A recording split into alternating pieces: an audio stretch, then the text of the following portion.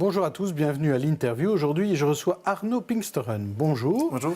Vous êtes député régional écolo, secrétaire politique aussi du mouvement écolo. Tout d'abord, une question sur les prisons.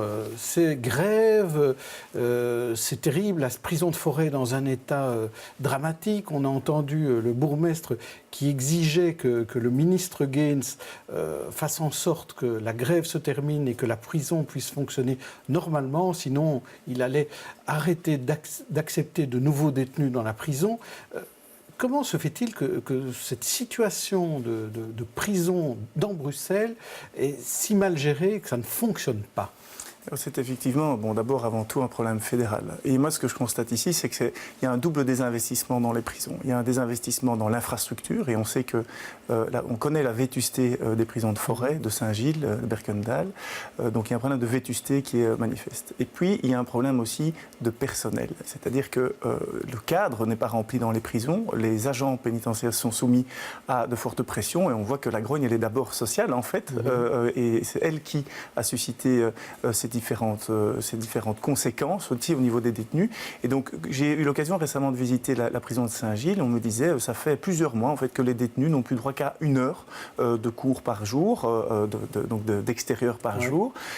Toutes leurs activités extérieures ou leurs activités, je dirais, d'occupation, de loisirs ou même d'intérêt général sont supprimées faute de personnel. Donc, on se rend compte qu'on est en train, au travers de la vétusté des bâtiments et au travers en fait, du manque de personnel dans ces prisons, de créer une situation explosive.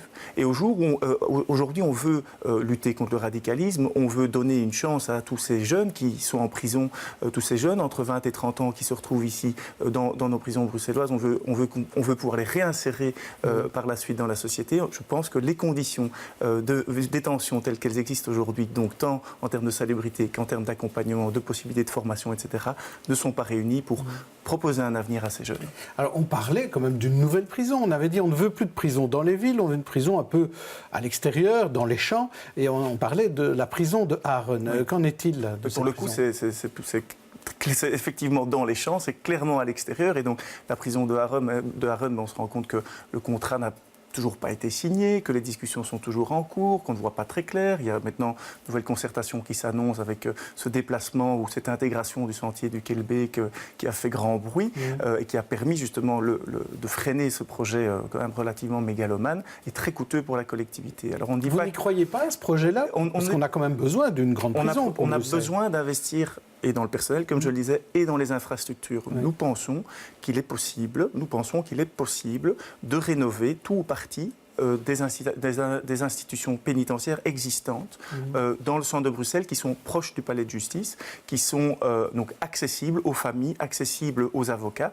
Nous pensons que c'est possible, moyennant finances et moyennant une vraie volonté de trouver des solutions, tant au niveau local, régional que fédéral. Donc le projet de Maxi Prison pose énormément de problèmes, on le sait, tant en matière de déplacement, de mobilité, d'exercice de la justice, de défense des justiciables, et pose aussi des questions en matière d'opportunités, finalement. Cet argent qu'on a investi dans une méga-prison ne serait-il pas mieux investi et plus rapidement dans des travaux de rénovation ? C'est ce que nous avons tendance à penser. Donc pour vous, le fait qu'il y ait une prison dans la ville est plutôt positif ? C'est positif, mais pas n'importe quelle prison. On veut une prison du XXIe siècle aussi dans la ville. Alors, deuxième thème dont je voulais parler avec vous, c'est le plan du gouvernement bruxellois, à la fois pour sécuriser Bruxelles et puis relancer l'économie de Bruxelles. On délie les cordons de la bourse, 66 millions sont mis sur la table. Est-ce que c'est suffisant ? Alors, pour le moment, les réponses qui nous sont proposées sont des réponses de très court terme, et en fait relativement incomplètes. Donc, on a des réponses qui sont de nature économique, avec vraiment une volonté de développer, de débloquer 60 millions pour soutenir l'économie bruxelloise. Le fédéral fait aussi des efforts à ce niveau-là. On a des réponses sécuritaires, par ailleurs, au niveau de la STIB notamment. Nous avons la faiblesse de croire que ce ne sera certainement pas suffisant. On doit inscrire notre réflexion suite à ces attentats dans quelque chose de beaucoup plus conséquent, de beaucoup plus profond.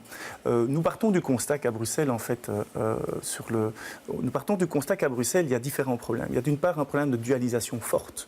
Depuis 20 ans, on investit dans les quartiers, des contrats de quartier durables, des investissements de cohésion sociale, mais les quartiers bruxellois restent extrêmement imperméables entre eux. Ils restent extrêmement cloisonnés. Donc on n'a pas encore réussi à Bruxelles ce décloisonnement. Donc il faut aussi réfléchir à cette lutte contre la dualisation de notre ville.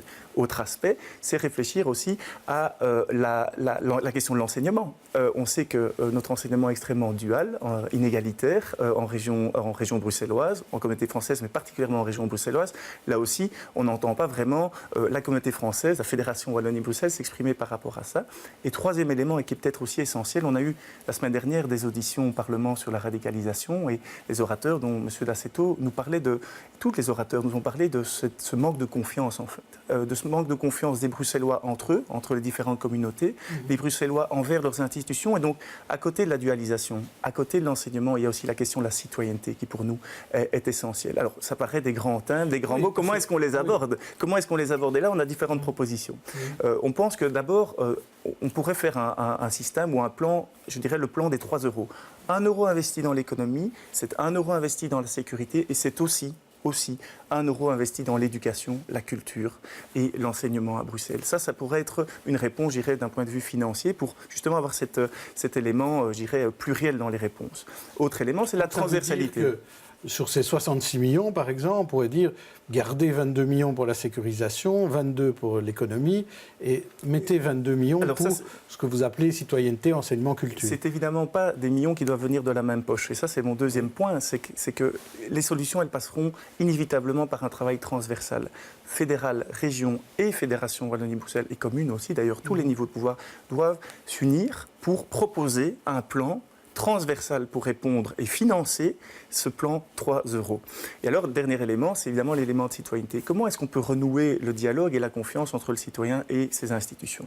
Nous avons proposé la semaine dernière que la fête de l'Iris soit l'occasion, justement, de lancer un panel citoyen. Alors, ça paraît aussi tarte à la crème, mais ça a montré des résultats tout à fait satisfaisants dans le cadre, notamment, du pacte d'excellence. Voilà, un panel citoyen a été constitué de façon très, très hétérogène pour avoir vraiment une représentativité maximale des Bruxellois. On pourrait constituer ce panel citoyen qui réfléchirait au constat, comment se porte Bruxelles aujourd'hui et pourrait aussi réfléchir à l'horizon. Quel horizon se donne pour Bruxelles? Et puis ça pourrait être débattu avec l'ensemble des acteurs de la société politique, la société civile, etc. Donc ça, c'était un élément que pour ce panel citoyen, c'est peut-être parce que vous n'avez pas assez d'idées et que vous n'avez peut-être pas, vous-même, chez Écolo, une vision suffisamment claire de l'avenir de Bruxelles qu'on est obligé de demander leur avis à tous les citoyens? Alors, je pense que ce n'est pas tout à fait ça. Je crois qu'il y a une crise de confiance du citoyen par rapport aux politiques. Et donc, les politiques doivent être partie prenante de cette réflexion. Mais ne peut pas venir que d'eux. Elle ne doit pas venir que d'eux. Je pense qu'il est temps aujourd'hui de rassembler les citoyens et de les faire prendre partie, faire partie de la société, faire partie de la cité ici à Bruxelles. Donc, si le politique propose quelque chose, on ne va pas rétablir la confiance. Si les citoyens proposent un débat aux politiques et qu'ensemble, on arrive avec des propositions qui sont de long terme et qui tiennent compte des différents aspects que j'ai pu évoquer, là, je crois qu'on aura atteint on aura vraiment tiré les leçons de de ces éléments, de ces événements dramatiques qui nous sont arrivés. Alors, vous parliez d'un plan 3 euros. Ici, c'est une interview 3 thèmes. Et le troisième thème, c'est le piétonnier. Et là aussi, je suppose qu'on va parler aussi de consultation populaire ou même de transversalité entre les différents niveaux de compétences. Bon, le piétonnier, vous y tenez, vous, sur le fond. Vous voulez garder ce piétonnier? Oui, absolument. Donc l'idée d'un piétonnier participe de cette vision d'une ville du XXIe siècle qui soit rendue attractive, pas uniquement par son accessibilité en voiture, mais par la qualité de son espace public, la qualité de ses commerces. Et on voit que toute une série de villes ont déjà fait cette transition. Strasbourg, Vienne, on peut en citer Bordeaux, Lille, etc. On peut en citer beaucoup. Et manifestement, à Bruxelles, c'est difficile. C'est difficile. Et je dirais qu'il y a 3 grandes difficultés, me semble-t-il, dans ce dossier. C'est d'une part, évidemment, le lockdown, deuxièmement, les attentats du 22 mars, et c'est la méthode Mayer. La méthode Mayer qui, en fait, pêche par 2 aspects principalement. C'est d'une part le fait d'avoir pensé qu'on pouvait avancer en faisant fi d'une véritable concertation avec les différentes parties prenantes, donc commerçants, habitants, etc., et pêche par un autre aspect qui est celui de la mise à l'écart en fait de la région. Et donc c'est le débat que nous avons eu en question d'actualité vendredi dernier au Parlement, c'est comment se fait-il que la région, en fait, a été au balcon pendant tout ce temps, tenue à l'écart de ce projet. Mais elle était tenue à l'écart ou bien c'est elle qui n'est pas intervenue? Alors, il y a un peu des deux, mais donc c'est un projet de ville, c'est un projet de la ville de Bruxelles, c'est un projet de ville, c'est un projet régional. La question du centre-ville concerne tout le monde. On le voit dans les différentes conséquences, en fait, de ce piétonnier, dans les différents débats, on voit que ça active, en fait, l'ensemble des niveaux de pouvoir et certainement aussi le niveau régional. Alors, la région, qu'est-ce qu'elle pouvait faire, ou qu'est-ce qu'elle aurait dû faire, qu'est-ce qu'elle fera peut-être? En matière de mobilité, ce qu'on a vu, c'est que la ville a dit, voilà, on coupe là et là les transports publics, et la région a dû simplement accepter en fait les coupes et s'adapter au dictat de la ville de Bruxelles.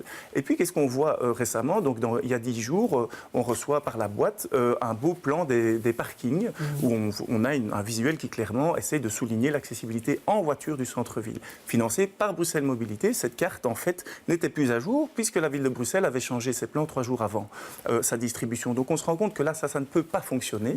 Autre aspect, la politique commerciale. Monsieur Gozouin nous disait vendredi, voilà, Atrium a proposé une convention de partenariat, etc. Elle n'est toujours pas signée. Comment est-ce possible qu'on n'arrive pas à imposer d'une certaine façon à la ville de travailler de concert? Dernier élément, il est peut-être tout aussi important pour conclure, l'élément environnemental. La région bruxelloise vient de se faire condamner par la Commission européenne pour non-respect des normes en matière d'émissions de NO2, d'oxyde d'azote, à cause du diesel.